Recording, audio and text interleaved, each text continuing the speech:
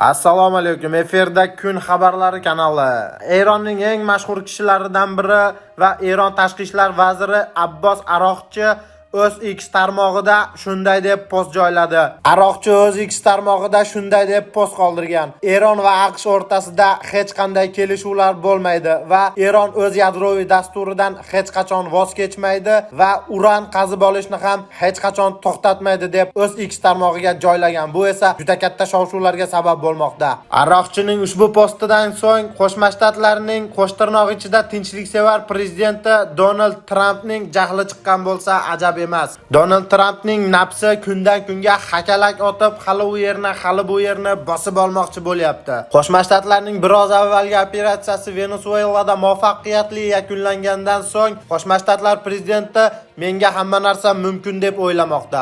Shu zaylda shuni aytib o'tish mumkinki, Qo'shma Shtatlar prezidenti Donald Tramp Eronni ham Venesueladek oson egallamoqchi bo'lgan shekilli, hozircha bu ishlari barchasi chippakka chiqib yotibdi. Va Qo'shma Shtatlarning o'sha mashhur Abraham Lincoln kemasi ham 700 kilometrga chekinishga majbur bo'ldi. Endi Ukraina fuqarosi Vladimir Zelenskiyning shov-shuvli bayonotiga to'xtalamiz. Union agentligining xabar berishicha, Ukraina fuqarosi Vladimir Zelenskiy hech qachon Donbassni Rossiyaga bermasligini va hech qachon Moskvaga borib Kreml bilan muzokaralarni davom ettirmasligi haqida xabar bergan. Bundan biroz avval esa Rossiya hukumatı Vladimir Zelenskiy bilan Moskvada uchrashishga tayyor ekanligini va Donbassni Rossiyaga topshirishni xohlayotganini bildirgan edi.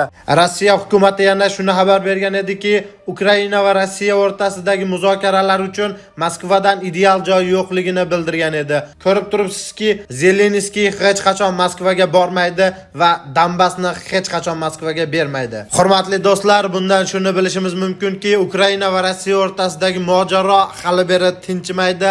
Bu urush hali uzoq davom etishi mumkin. Qo'shtirnoq ichida tinchliksevar prezident Donald Trump bu urushni yaqin orada diplomatik yo'l bilan hal qilishini xabar bergan edi.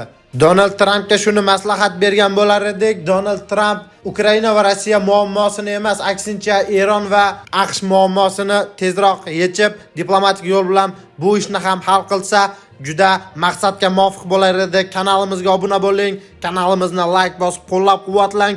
O'z fikringizni kommentariyada yozib qoldiring.